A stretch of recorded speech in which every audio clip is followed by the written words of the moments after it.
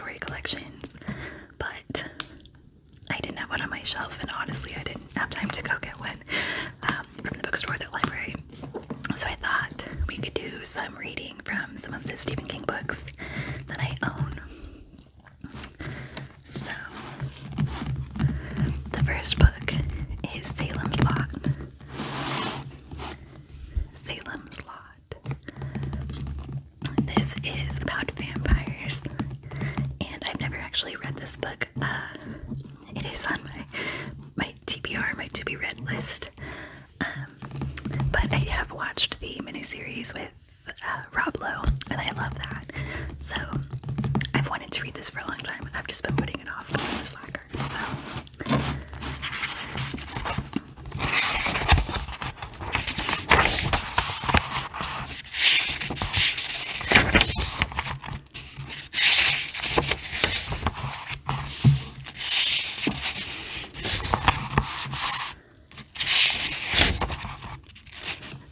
it starts out with the author's note, the introduction, then the prologue, and then part 1 in total.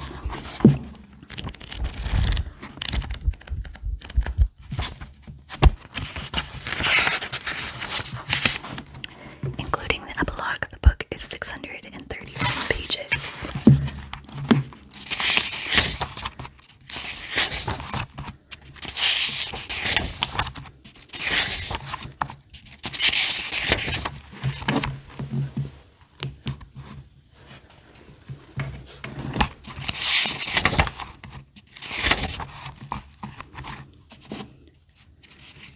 So at the start of the prologue is like a quote by George Severus, and it says, "Old friend, what are you looking for? After those many years abroad you come, with images you tended, under foreign skies far away from your own land."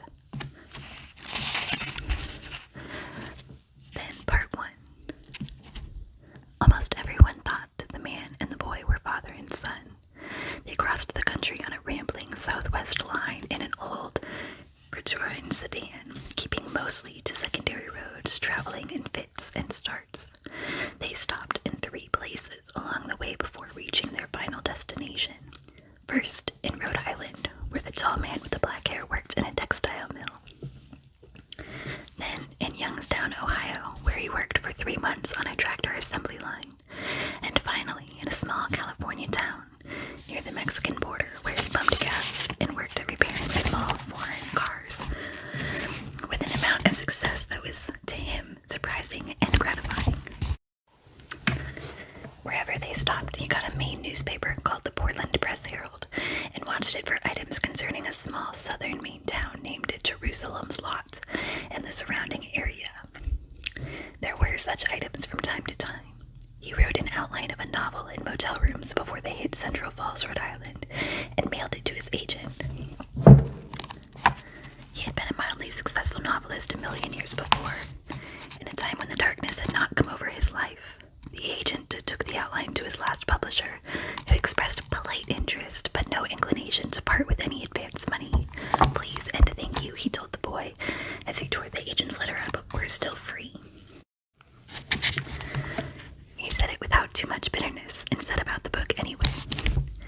The boy did not speak much. His face retained a perpetual pinched look, and his eyes were dark, as if they always scanned some bleak inner horizon. In the diners and gas stations where they stopped along the way, he was polite and nothing more. He didn't seem to want the tall man out of his sight, and the boy seemed nervous even when the man left him to use the bathroom. He refused to talk about the town of Jerusalem's Lot. Although the tall man tried to raise the topic from time to time, and he would not look at the Portland newspapers the man sometimes deliberately left around.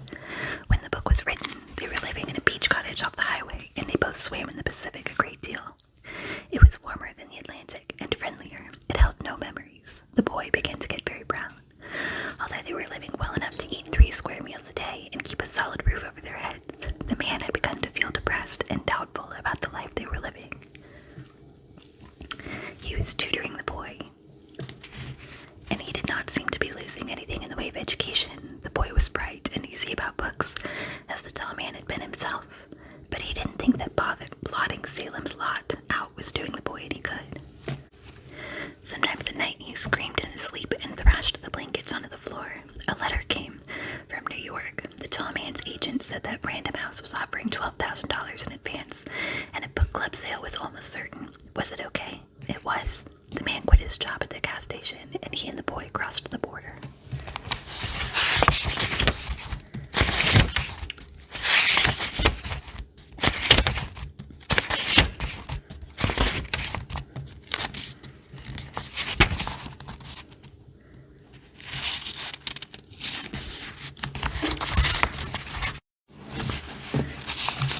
Then I'm just going to read a little bit of chapter 1. By the time he had passed Portland going north on the turnpike, Ben Mears had begun to feel a not unmeasurable tingle of excitement in his belly. It was September 5th, 1975, and summer was enjoying her final grand fling. The trees were bursting with green, the sky was a high soft blue, and just over the Falmouth town line, he saw two boys walking a road parallel to the expressway with fishing rods settled on their shoulders like carbines. He switched to the travel lane, slowed to the minimum turnpike speed, and began to look for anything that would jog his memory. There was nothing at first, and he tried to caution himself against almost sure disappointment. You were 7 then.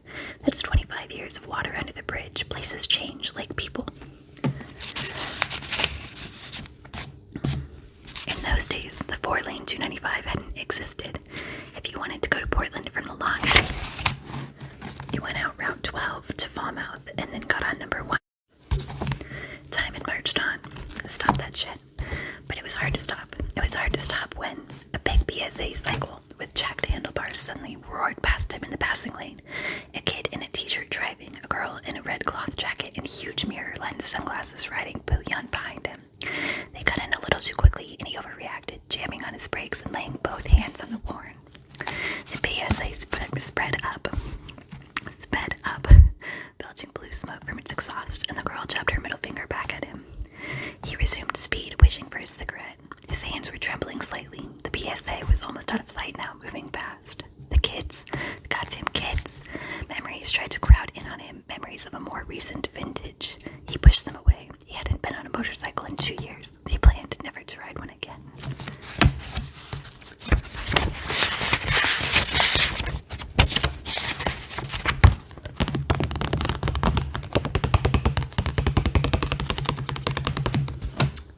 So that was Salem's Lot. So the next book is The Long Walk, written as Richard Bachman, with an introduction by the author, The Importance of Being Bachman.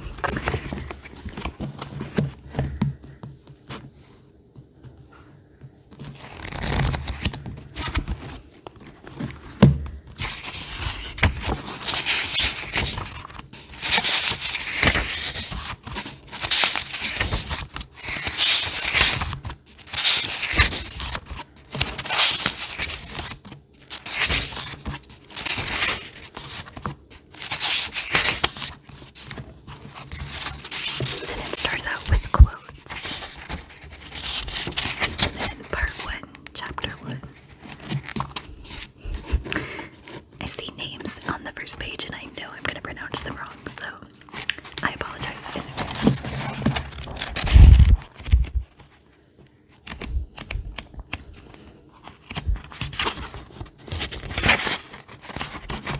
Total, this book is 370 pages.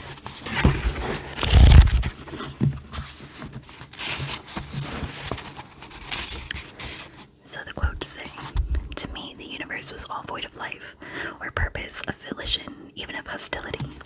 It was one huge, dead, immeasurable steam engine rolling on in its dead indifference to grind me limb from limb. Oh, vast, gloomy, solitary Golgotha, and mill of death, why was the living banished thither companionless, conscious? Why, if there is no devil, nay, unless the devil is your God?" Thomas Carlyle. I would encourage every American to walk as often as possible. It's more than healthy. It's fun. John F. Kennedy. The pump don't work because the vandals took the handle. Bob Dylan. Usually his chapters are fairly long, and it looks like this is about 30 pages, 32 pages.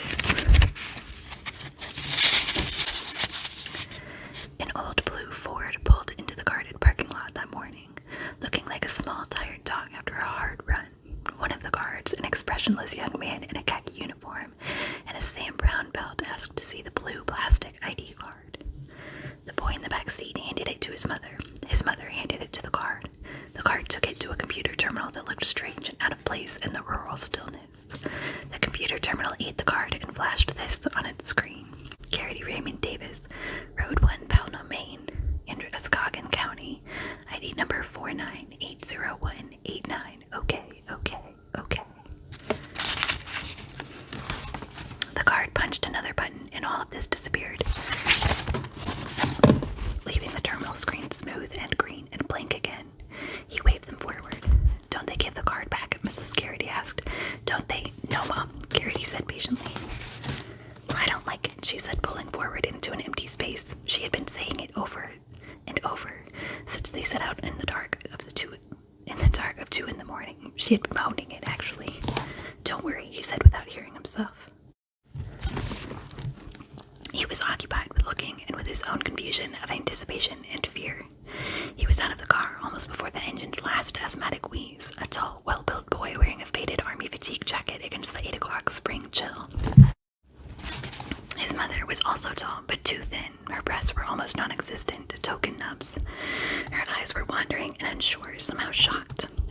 Her face was an invalid's face. Her iron-colored hair had gone awry under the complication of clips that was supposed to hold it in place. Her dress hung badly on her body as if she had recently lost a lot of weight. "Ray," she said in that whispery conspirator's voice that he had come to dread. "Ray, listen." He ducked his head and pretended to tuck in his shirt. One of the guards was eating sea rations from a can and reading a comic book. Garrity watched the guard eating and reading and thought for the 10,000th time, "It's all real." And now, at last, the thought began to swing some weight. "There's still time to change your mind." The fear and anticipation cranked up a notch. "No, there's no time for that," he said. "The back-out date was yesterday." Still in that low conspirator's voice that he hated. "They'd understand, I know they would. The major would." Garrity began and saw his mother wince. "You know what the major would do, Mom." Another car had finished the small ritual at the gate and had parked. A boy with dark hair got out. His parents followed, and for a moment the three of them stood in conference like worried baseball players. He, like some of the other boys, was wearing a light pack-sack. Garrity wondered if he hadn't been a little stupid not to bring one himself. "You won't change your mind." It was guilt taking the face of anxiety. Although he was only 16, Ray Garrity knew something about guilt.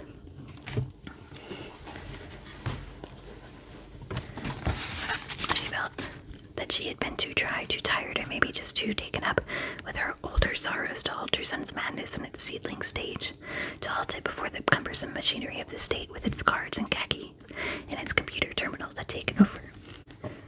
Binding himself more tightly into its insensate self with each passing day until yesterday when the lid had come down with a final bang.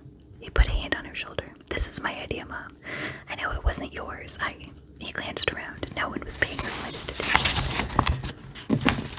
"I love you, but this way is best. One way or the other." "It's not," she said, now verging on tears. "Ray, it's not. If your father was here, he'd put a stop to—" "Well, he's not, is he?" He was brutal, hoping to stave off her tears. What if they had to drag her off? He had heard that sometimes that happened. The thought made him feel cold. In a softer voice, he said, "Let it go now, Mom, okay?" He forced a grin. "Okay," he answered for her. Her chin was still trembling, but she nodded. Not all right, but too late. There was nothing anyone could do. A light wind sowed through the pines. The sky was pure blue. The road was just ahead, and the simple stone post that marked the border between America and Canada. Suddenly, his anticipation was greater than his fear, and he wanted to get going, get the show on the road. "I made these. You can take them, can't you? They're not too heavy, are they?" She thrust a foil-wrapped package of cookies at him. "Yeah." He took them and then clutched her awkwardly, trying to give her what she needed to have. He kissed her cheek. Her skin was like old silk. For a moment, he could have cried himself. Then he thought of the smiling, mustachioed face of the major and stepped back, stuffing the cookies into his pocket of his fatigue jacket. "Goodbye, Mom. Goodbye, Ray. Be a good boy." She stood there for a moment, and he had a sense of her being very light, as if even the light puffs of breeze blowing this morning might send her sailing away like a dandelion gone to seed. Then she got back into the car and started the engine. Garrity stood there. She raised her hand and waved. The tears were flowing now. He could see them. He waved back, and then, as she pulled out, he just stood there with his arms at his sides, conscious of how fine and brave and alone he must look. But when the guard passed back through the gate, forlornness struck him, and he was only a 16-year-old boy again, alone in a strange place. So, that was the start of the long walk.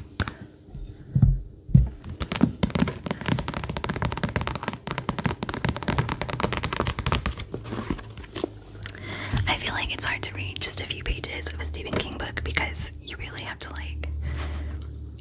read so far into it to get really invested in the story, because you're just kind of getting to know the characters and the town or whatever at the start of all of these books, but it's okay.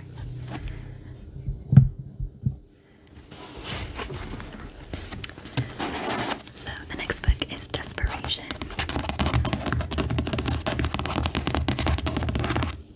This is the last of books that I own that I have not read.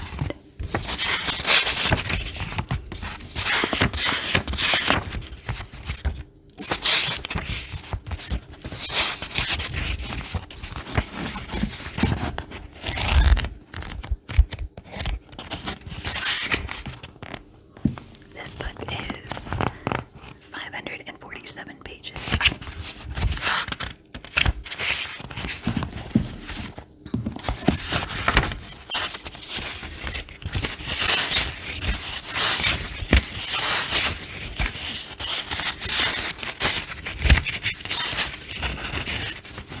So it just starts out with part 1, Highway 50, in the House of the Wolf, the House of the Scorpion.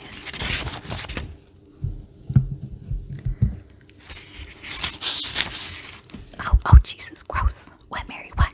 Didn't you see it? See what? She looked at him, and in the harsh desert sunlight, he saw that a lot of the color had gone out of her face, leaving just the marks of sunburn on her cheeks and across her brow, where not even a strong sunblock cream would entirely protect her. She was very fair and burned easily. On that sign, that speed limit sign. What about it? There was a dead cat on it, Peter. Nailed there or glued there or some damn thing. He hit the brake pedal. She grabbed his shoulder at once. Don't you even think about going back. But what? Did you want to take a picture of it? No way, Jose. If I have to look at that again, I'll throw up. Was it a white cat? He could see the back of a sign in the rearview mirror. The speed limit sign she was talking about, presumably, but that was all. And when they'd passed it, he had been looking off in the other direction at some birds flying towards the nearest wedge of mountains. Strictly attending to the highway was not something one had to do every second out here. Nevada called its stretch of US 50 the loneliest highway in America, and in Peter Jackson's opinion, it lived up to its billing. Of course, he was a New York boy, and he supposed he might be suffering a cumulative case of the creams. Desert agoraphobia, ballroom syndrome, something like that. No, it was a tiger stripe, she said. What difference does it make? I thought maybe Satanists in the desert, he said. This place is supposed to be filled with weirdos, isn't that what Marielle said? Intense was the word she used. Central Nevada's full of intense people, quote unquote. Gary said pretty much the same, but since we haven't seen anybody since we crossed the California state line, well and Fallon. Pit stops don't count, she said. Although even here the people, she gave him a funny, helpless look that he didn't see often in her face these days, although it had been common enough in the months prior following her miscarriage. Why are they here, Pete? I mean, I can understand Vegas and Reno, even Winnemucca, and the people who come from Utah to gamble there call Wendover Bendover, Peter said, grinning. Carrie told me that. She ignored him. But the rest of the state, the people who are here, why do they come and why do they stay? I know I was born and raised in New York, so probably I can't understand, but you're sure that wasn't a white cat or a black one? He glanced back in the rear view, but at just under 70 miles an hour, the speed limit sign had already faded into a mottled background of sand, mesquite, and dull brown foothills. There was finally another vehicle behind them, though. He could see a hot sun-star reflection prickling off its windshield. Maybe a mile back, maybe 2. No, Tiger Stripe, I told you. Answer my question. Who are the Central Nevada taxpayers, and what's in it for them? He shrugged. There aren't many taxpayers out here. Fallon's the biggest town on Highway 50, and that's mostly farming. It says in the guidebook that they dammed their lake and made irrigation possible. Cantaloupes is what they grow mostly, and I think there's a military base nearby. Fallon is a Pony Express stop, did you know that? "I'd leave," she said. "Just pick up my cantaloupes and go." He touched her soft breast briefly with his right hand. "That's a nice set of cantaloupes, ma'am." "Thanks. Not just Fallon either. Any state where you can't see a house or even a tree in any direction, and they nail cats to speed limit signs, I'd leave." "Well, it's a zone of perception thing," he said, speaking carefully. Sometimes he couldn't tell when Mary was serious and when she was just gassing, and this was one of those times. As someone who was raised in an urban environment, a place like the Great Basin is just outside your zone, and that's all. Mine too, for that matter. The sky alone is enough to freak me out. Ever since we left this morning, I've felt it up there pressing down on me. Me too. There's too goddamn much of it. Are you sorry we came this way? He glanced up into the rear view and saw the vehicle behind them was getting closer. Not a truck, which was just about all they'd seen since leaving Fallon, and all headed the other way west, but a car. Really burning up the road, too.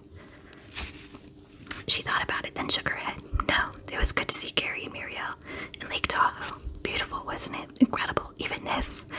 Mary looked out the window. It's not without beauty. I'm not saying that, and I suppose I'll remember it for the rest of my life, but it's creepy, even as for her. If you're from New York, at least. "Dan right," she said. "Urban zone of perception, and even if we'd taken I-80, it's all desert." "Yep, tumbling tumbleweeds."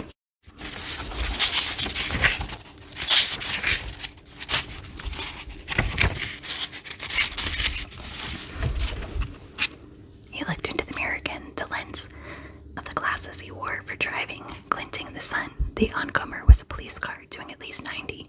He squeezed over toward the shoulder until the right-hand wheels began to rumble on the hardpan and spume up dust. "Pete, what are you doing?" Another look into the mirror. Big chrome grille coming up fast and reflecting such a savage oblong of sun that he had to squint. But he thought the car was white, which meant it wasn't the state police. "Making myself small," Peter said. "There's a cop behind us, and he's in a hurry. Maybe he's got a line on." The police car blasted by, making the Acura, which belonged to Peter's sister, rock in its backwash. It was indeed white and dusty from the door handles down. There was a decal on the side, but the car was gone before we got more than a glimpse of it. DES something. Destry, maybe. That was a good name for a Nevada town out here in the Big Lonely. "On the guy who nailed the cat to the speed limit sign," Peter finished. "Why is he going so fast with his flashers off? Who's there to run them for out here?" "Well," she said, giving him that odd, funny look again, "there's us." He opened his mouth to reply, then closed it again. She was right. The cop must have been seeing them for at least as long as he'd been seeing him, maybe longer, so why hadn't he flipped on his lights and flashers just to be safe? Of course, Peter had known enough to get over on his own, give the cop as much of the road as he possibly could, but still. The police car's taillight suddenly came on. Peter hit his own brake without even thinking of it, although he had already slowed to 60 and the cruiser was far enough ahead, so there was no chance of a collision. Then the cruiser swerved over into the westbound lane. "What's he doing?" Mary asked. "I don't know exactly," but of course he knew. He was slowing down. From his cut him off at the past 85 or 90, he had dropped to 50. Frowning, not wanting to catch up and not knowing why, Peter slowed even more himself. The speedometer of Deirdre's car dropped down to 40. "Peter," Mary sounded alarmed. "Peter, I don't like this." "It's all right," he said, but was it? He stared at the cop car now tooling slowly up the westbound lane to his left and wondered. He tried to get a look at the person behind the wheel and couldn't. The cruiser's rear window was caked with desert dust. Its taillights, also caked with dust, flickered briefly as the car slowed even more. Now it was doing barely 30. A tumbleweed bounced into the road and the cruiser's radial tires crushed it under. It came out the back, looking to Peter Jackson like a nestle of broken fingers. All at once he was frightened, very close to terror, in fact, and he hadn't the slightest idea why.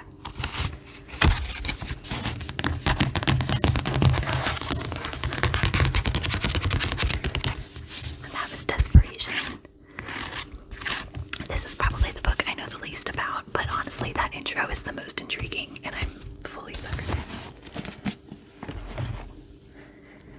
So then we have the books that I own that I have read before.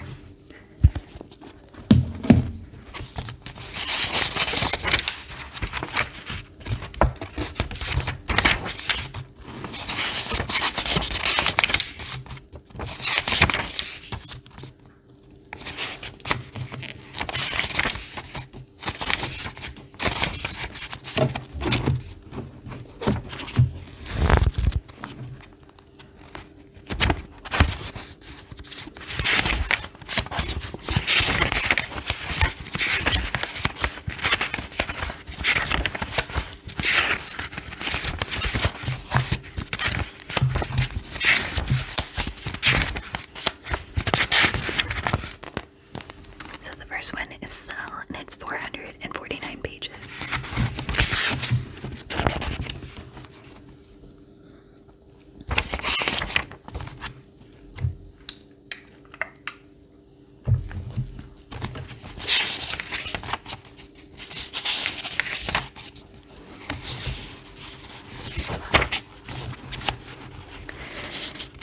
The event that came to be known as the Pulse began at 3:03 p.m. Eastern Standard Time on the afternoon of October 1st. The term was a misnomer, of course, but within 10 hours of the event, most of the scientists capable of pointing this out were either dead or insane. The name hardly mattered in any case. What mattered was the effect. At 3 o'clock on that day, a young man of no particular importance to history came walking, almost bouncing, east along Boylston Street in Boston. His name was Clayton Riddle. There was an expression of undoubted contentment on his face to go along with the spring in his step. From his left hand, there swung the handles of an artist's portfolio, the kind that closes and latches to make a traveling case. Twined around the fingers of his right hand was the drawstring of a brown plastic shopping bag with the words "Small Treasures" printed on it for anyone who cared to read them. Inside the bag, swinging back and forth, was a small round object, a present, you might have guessed, and you would have been right. You might further have guessed that this Clayton Riddle was a young man seeking to commemorate some small, or perhaps even not so small victory with a small treasure. And you would have been right again. The item inside the bag was a rather expensive glass paperweight with a gray haze of dandelion fluff caught in its center. He had bought it on his walk back from the Copley Square Hotel to the much humbler Atlantic Avenue Inn where he was staying, frightened by the $90 price tag on the paperweight's base, somehow even more frightened by the realization that he could now afford such a thing. Handing his credit card over to the clerk had taken almost physical courage. He doubted if he could have done it if the paperweight had been for himself. He would have muttered something about having changed his mind and scuttled out of the shop, but it was for Sharon. Sharon liked such things, and she liked him. "I'm pulling for you, baby," she'd said the day before he left for Boston, considering the shit they'd put each other through over the last year. That had touched him. Now he wanted to touch her if that was still possible. The paperweight was a small thing, a small treasure, but he was sure she'd love that delicate gray haze deep down in the middle of the glass, like a pocket fog. Clay's attention was attracted by the tinkle of an ice cream truck. It was parked across from the Four Seasons Hotel, which was even grander than the Copley Square, and next to the Boston Common, which ran along Boylston for 2 or 3 blocks on his side of the street. The words "Mr. Softy" were printed in rainbow colors over a pair of dancing ice cream cones. 3 kids were clustered around the window, book bags at their feet, waiting to receive goodies. Behind them stood a woman in a pantsuit with a poodle on a leash, and a couple of teenage girls in low-rider jeans with iPods and earphones that were currently slung around their necks so they could murmur together, earnestly, no giggles. Clay stood behind them, turning what had been a little group into a short line. He had bought his estranged wife a present. He would stop at Comic Supreme on the way home and buy his son a new issue of Spider-Man. He might as well treat himself as well. He was bursting to tell Sharon his news, but she'd be out of reach until she got home, 3:45 or so. He thought he would hang around the inn at least until he talked to her, mostly pacing the confines of his small room and looking at his latched-up portfolio. In the meantime, Mr. Softy made an acceptable diversion.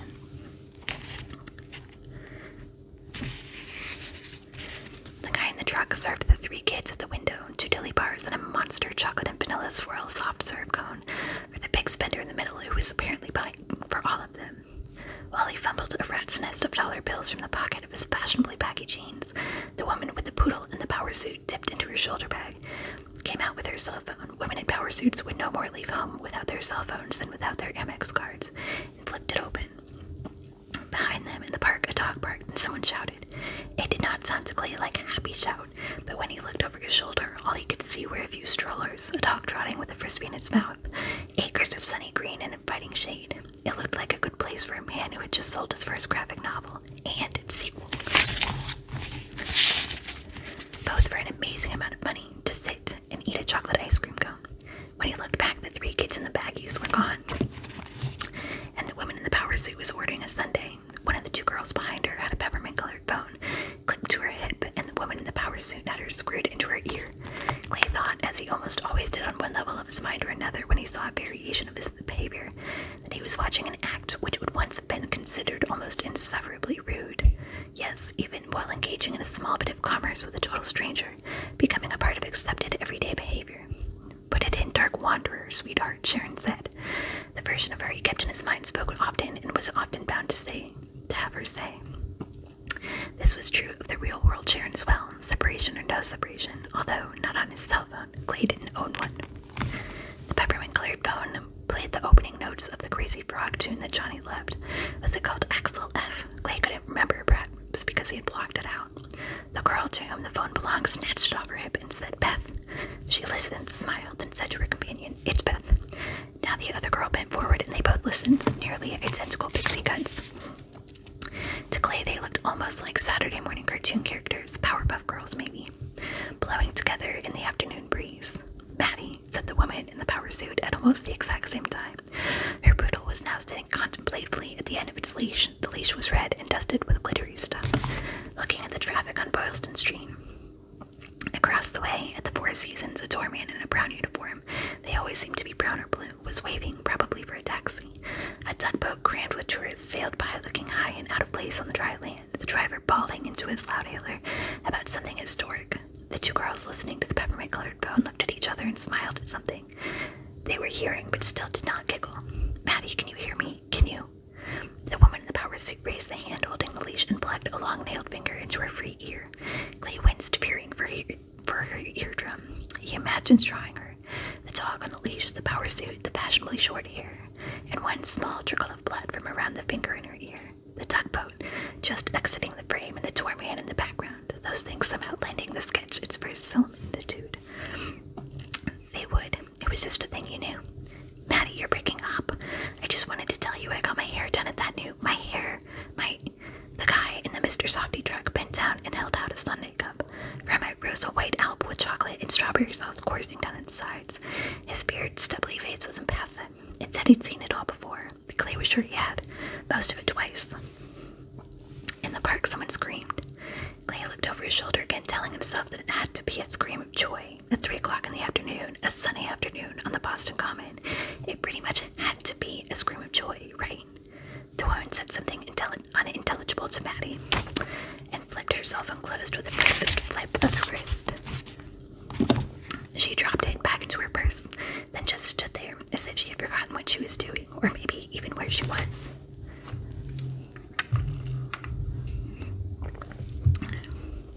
That's $4.50, said the Mr. Softy guy, still patiently holding out the ice cream sundae. Clay had time to think about how fucking expensive everything was in the city. Perhaps the woman in the power suit thought so too. That at least was his first surmise, because for a moment more she still did nothing, merely looked at the cup with its mound of ice cream and sliding sauce as if she had never seen such a thing before. Then there came another cry from the common. Not a human one this time, but something between a surprised yelp and a hurt yowl.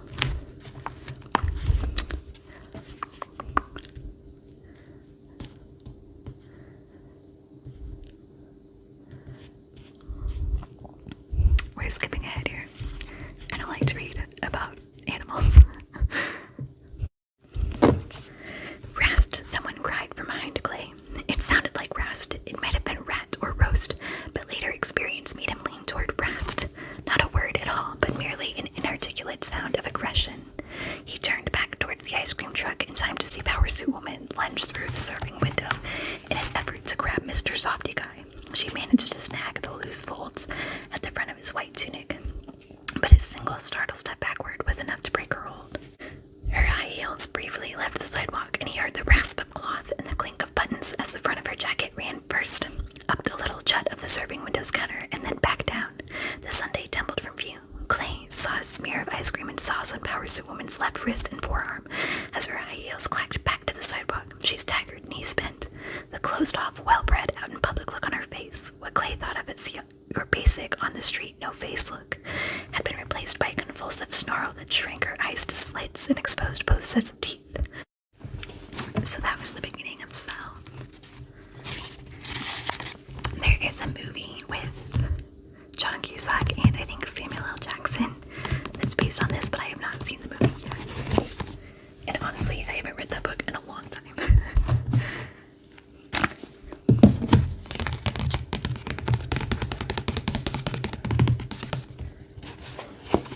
The next book is Revival, which is the book I read most recently. And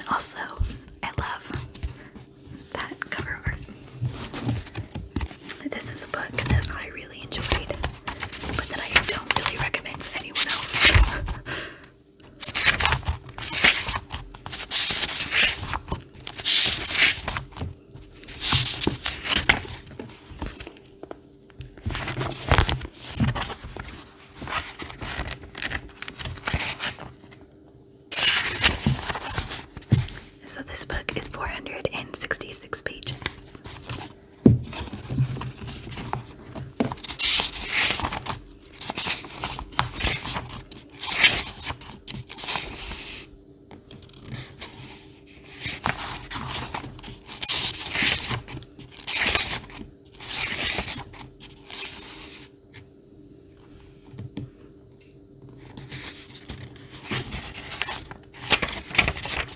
So,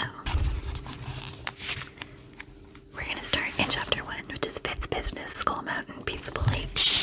But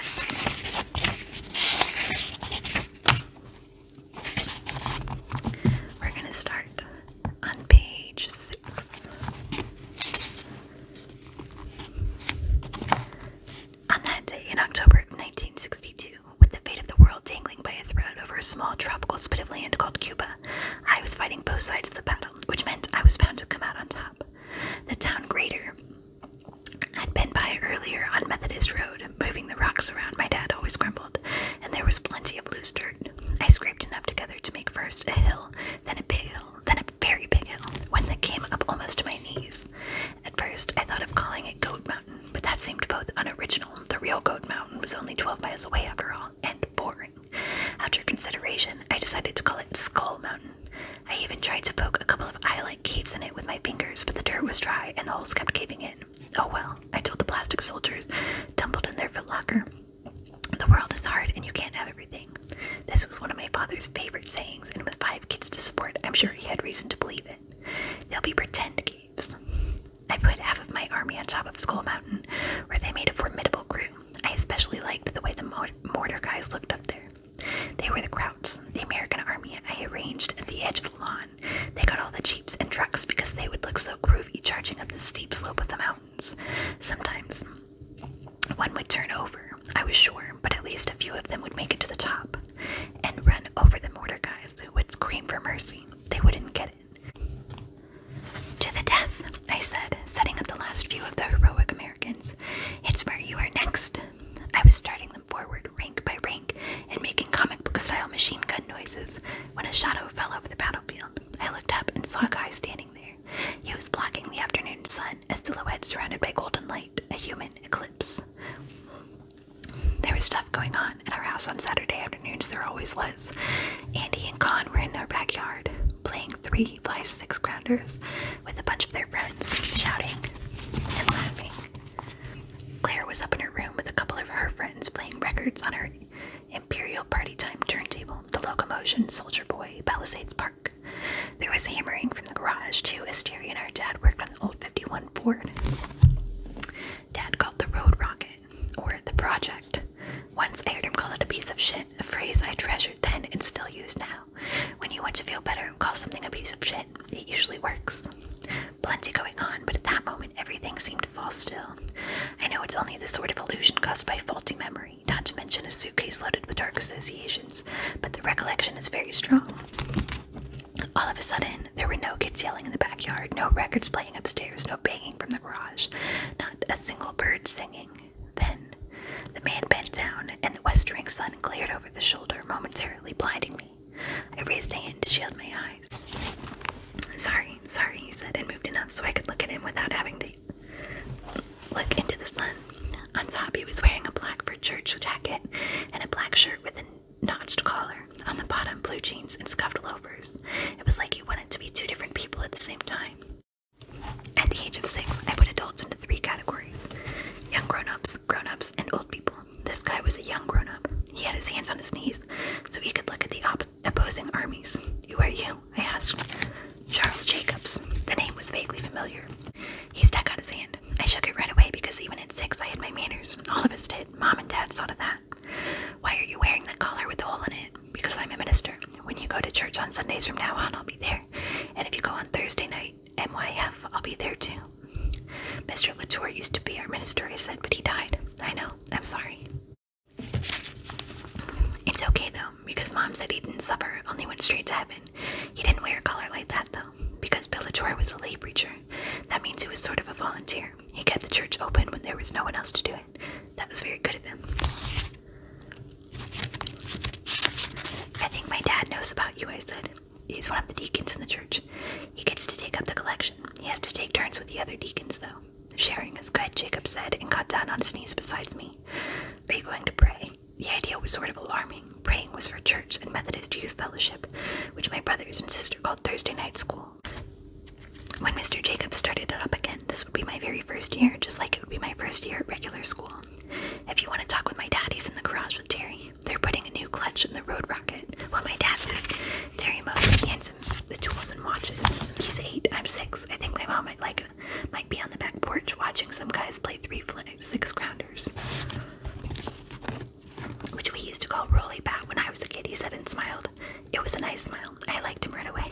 Yeah, because you had to hit the bat with a ball after you caught it. What's your name, son? Jamie Morton. I'm 6. So you said. I don't think anyone ever prayed in our front yard. I'm not going to either. What I want is a closer look at your armies. Which are the Russians and which are the Americans? Well, these on the ground are the Americans, sure, but the ones on Skull Mountain are Krauts. The Americans have to take the mountain. Because it's in the way, Jacob said. Beyond Skull Mountain lies the road to Germany. That's right. And the head Kraut Hitzmer, the author of so many evils, he said. Huh? Nothing. Do you mind if I just call the bad guys Germans? Kraut seems kind of mean. No, that's great. Krauts are Germans and Germans are Krauts. My dad was in the war, just last year though. He fixed trucks in Texas. Were you in the war, Mr. Jacobs? No, I was too young for Korea too. How are the Americans going to take that hill, General Morton? Charge it, I shouted. Shoot their machine guns. Pow. Then going away. Down in my throat. Tucka, tucka, tucka, tucka. A direct attack on the high ground sounds risky, General. If I were you, I'd split your troops, like so. He moved half of the Americans to the left and half to the right. That creates a pincers movement, see? He brought his thumb and 4 fingers together. Drive on the objective from both sides. Maybe, I said. I like the idea of a head-on attack. Lots of bloody action. But Mr. Jacobs' idea appealed to me just the same. It was sneaky. Sneaky could be satisfying. I tried to make some caves, but the dirt's too dry. So I see. He poked a finger into Skull Mountain and watched the dirt crumble and bury the hole. He stood up and brushed the knees of his jeans. I've got a little boy. He'd probably get a kick out of your soldiers in another year or 2. He can play right now if he wants to. I was trying not to be selfish. Where is he? Still in Boston with his mother. There's lots of stuff to pack up. They'll be here Wednesday, I think. Thursday at the latest, but more he's still a little young for soldiers. He'd only pick them up and throw them around. How old is he? Just 2. I bet he still pees his pants, I yelled and started laughing. Probably wasn't polite, but I couldn't help it. Kids peeing their pants was just funny. He does it that, Jacob said, smiling, but I'm sure he'll grow out of it. Your father's in the garage, you say?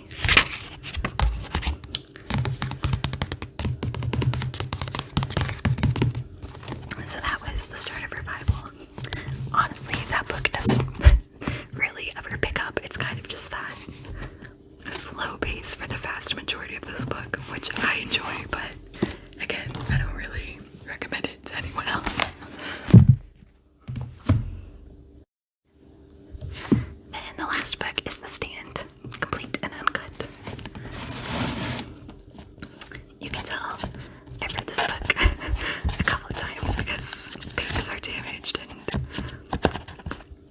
it's a well-worn copy of this book, let's just say that.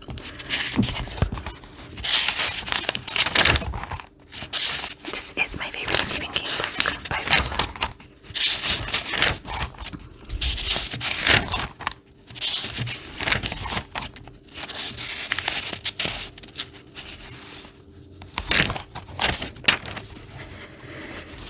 So you have a preface in 2 parts. Part 1 to be read before purchase. Part 2 to be read after purchase. But we are not reading either of them today.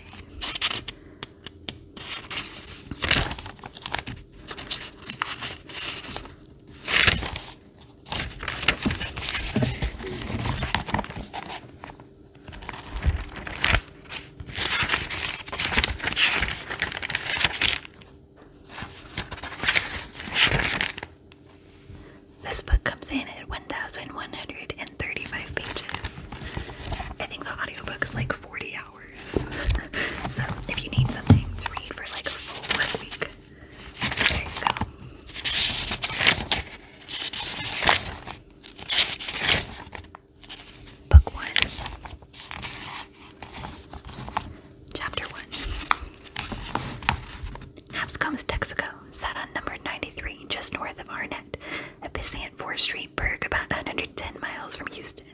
Tonight the regulars were there, sitting by the cash register, drinking beer, talking idly, watching the bugs fly into the big delighted signs. It was Bill Hapscomb's station, so the others deferred to him even though he was a pure fool. They would have expected the same deferral if they had been gathered together in one of their business establishments, except they had none. In Arnett, it was hard times. In 1980, the town had had two industries, a factory that made paper products for picnics and barbecues mostly, and a plant that made electronic calculators. Now the paper factory was shut down and the calculator plant was ailing. They could make them a lot cheaper in Taiwan, it turned out, just like those portable TVs and transistor radios. Norman Brewitt and Tommy Wanamaker, who had both worked in the paper factory, were on relief, having run out of unemployment some time ago. Henry Carmichael and Stu Redmond both worked at the calculator plant, but rarely got more than 30 hours a week. Victor Palfrey was retired and smoked stinking home-rolled cigarettes, which were all he could afford. Now what I say is this, Hap told them, putting his hands on his knees and leaning forward. They just gotta say screw this inflation shit, screw this national debt shit. We got the presses and we got the paper. We're gonna run off $50 million bills and hump them right the Christ in circulation. Palfrey, who had been a machinist until 1984, was the only one present with sufficient self-respect to point out Hap's most obvious damn fool statements. Now, rolling another of his shitty-smelling cigarettes, he said, "That wouldn't get us nowhere. If they do that, it'll just be like Richmond in the last years of the States War. In those days, when you wanted a piece of gingerbread, you gave the baker a Confederate dollar. He'd put it on the gingerbread and cut out a piece that size. Money's just paper, you know." I know some people don't agree with you, Hap said sourly. He picked up a greasy red plastic paper holder from his desk. "I owe these people, and they're starting to get pretty itchy about it." Stuart Redmond, who was perhaps the quietest man in Arnett, was sitting in one of the cracked plastic wool coat chairs, a can of Pabst in his hand, looking out the big service station window at number 93. Stu knew about poor. He had grown up that way right here in town, the son of a dentist who had died when Stu was 7, leaving his wife and 2 other children besides Stu. His mother had gotten work at the Red Ball truck stop just outside of Arnett. Stu could have seen it from where he sat right now if it hadn't burnt down in 1979. It'd been enough to keep the 4 of them eating, but that was all. At the age of 9, Stu had gone to work, first for Rod Tucker, who owned the Red Ball, helping to unload trucks after school for 35 cents an hour, and then at the stockyards in the neighboring town of Braintree, lying about his age to get 20 back-breaking hours of labor a week at the minimum wage. Now, listening to Hap and Vic Palfrey argue on about money and the mysterious way it had of drying up, he thought about the way his hands had bled at first from pulling the endless hand tracks of hides and cuts. He had tried to keep that from his mother, but she had seen, less than a week after he started. She wept over them a little, and she hadn't been a woman who wept easily, but she hadn't asked him to quit the job. She knew what the situation was. She was a realist. Some of the silence in him came from the fact that he had never had friends, or the time for him. There was school, and there was work. His youngest brother, Dev, had died of pneumonia the year he began in the yards, and Stu had never quite gotten over that. Guilt, he supposed. He had loved Dev the best, but his passing had also meant there was one less mouth to feed.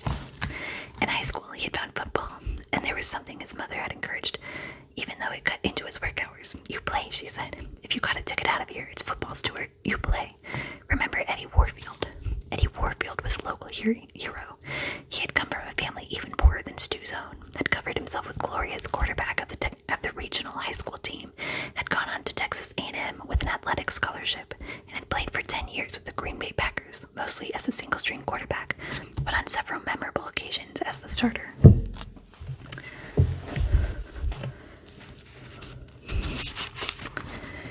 Eddie now owned a string of fast food restaurants across the West and Southwest, and in Arnett he was an enduring figure of myth. In Arnett, when you said success, you meant Eddie Warfield. Stuart was no quarterback, and he was no Eddie Warfield, but it did seem to him, as he began his junior year in high school, that there was at least a fighting chance for him to get a small athletic scholarship, and then there were work-study programs, and the school's guidance counselor had told him about the NDEA loan program. Then his mother had gotten sick, had become unable to work. It was cancer. 2 months before he graduated from high school, she had died, leaving Stu with his brother Bryce to support. Stu had turned down the athletic scholarship and had gone to work in the calculator factory. And finally, it was Bryce, 3 years Stu's junior, who had made it out. Minnesota, a systems analyst for IBM. He didn't write often, and the last time he'd seen Price was at the funeral after Stu's wife had died of exactly the same sort of cancer that had killed his mother. He thought that Price might have his own guilt to carry, and that Price might be a little ashamed of the fact that his brother had turned into just another good old boy in a dying Texas town, spending his days doing time in the calculator plant, and his nights either down at Haps or over at the Indian Head drinking Lone Star beer. The marriage had been the best time, and it had only lasted 18 months. The womb of his young wife had borne a single dark and malignant child. That had been 4 years ago, since he had thought of leaving Arnett, searching for something better, but small-town inertia held him, the low siren song of familiar places and familiar faces. He was well-liked in Arnett, and Vic Palfrey had once paid him the ultimate compliment of calling him old-time tough. As Vic and Hap chewed it out, there was still a little dusk left in the sky, but the land was in shadow. Cars didn't go by on 93 much now, which was one reason that Hap had so many unpaid bills. But there was a car coming down, Stu saw. It was still a quarter of a mile distant, in the day's last light, putting a dusty shine on what little chrome was left to it. Stu's eyes were sharp, and he made it as a very old Chevrolet, maybe a 75, a Chevy, no lights on, doing no more than 15 miles an hour, weaving all over the road. No one had seen it yet but him. Now let's say you get a mortgage payment on this station, Vic was saying, and let's say it's $50 a month. It's a hell of a lot more than that. Well, for the sake of argument, let's say 50, and let's say the Federals went ahead and printed you a whole carload of money. Well, then those bank people would turn around and want 150. You'd be just as poorly off. That's right, Henry Carmichael added. Hap looked at him, irritated. He happened to know that Hank had gotten into the habit of taking cokes out of the machine without paying the deposit, and furthermore, Hank knew he knew, and if Hank wanted to come in on any side, it ought to be his. That ain't necessarily how it would be, Hap said. Weightily from the depths of his 9th grade education, he went on to explain why. Stu, who only understood that they were in a hell of a pinch, turned Hap's voice down to a meaningless drone and watched the Chevy pitch and yaw its way up on the road. The way it was going, Stu didn't think it was going to make it much farther. It crossed the white line, and its left-hand tires spumed up dust from the left shoulder. Now it lurched back, held its own lane briefly, then nearly pitched off into the ditch. Then, as if the driver had picked out the big lighted Texaco station sign as a beacon, it arrowed toward the tarmac like a projectile whose velocity is very nearly spent. Stu could hear the worn-out thump of its engine now, the steady gurgle and wheeze of a dying carb and a loose set of valves. It missed the lower entrance and bumped up over the curb. The fluorescent bars over the pumps were reflecting off the Chevy's dirt streak windshield, so it was hard to see what was inside, but Stu saw the vague shape of the driver whirl loosely with the pump. The car showed no sign of slowing from its relentless 15. So I say, with more money in circulation, you'd be better turn off your pumps, Hap, Stu said mildly. The pumps? What?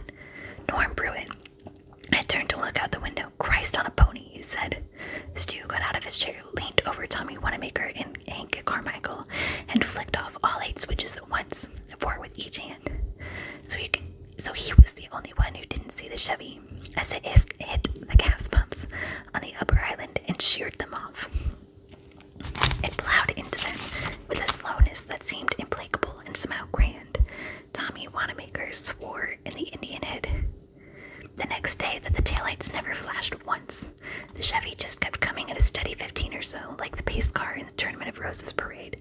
The undercarriage screeched over the concrete island, and when the wheels hit it, everyone but Stu saw the driver's head swing limply and strike the windshield, starring the glass.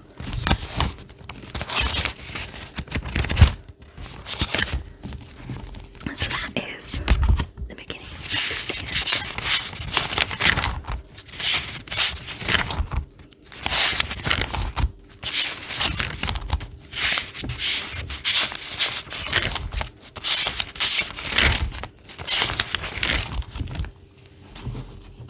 So that was reading the beginning of 6 Stephen King books. Thank you all so much for watching, and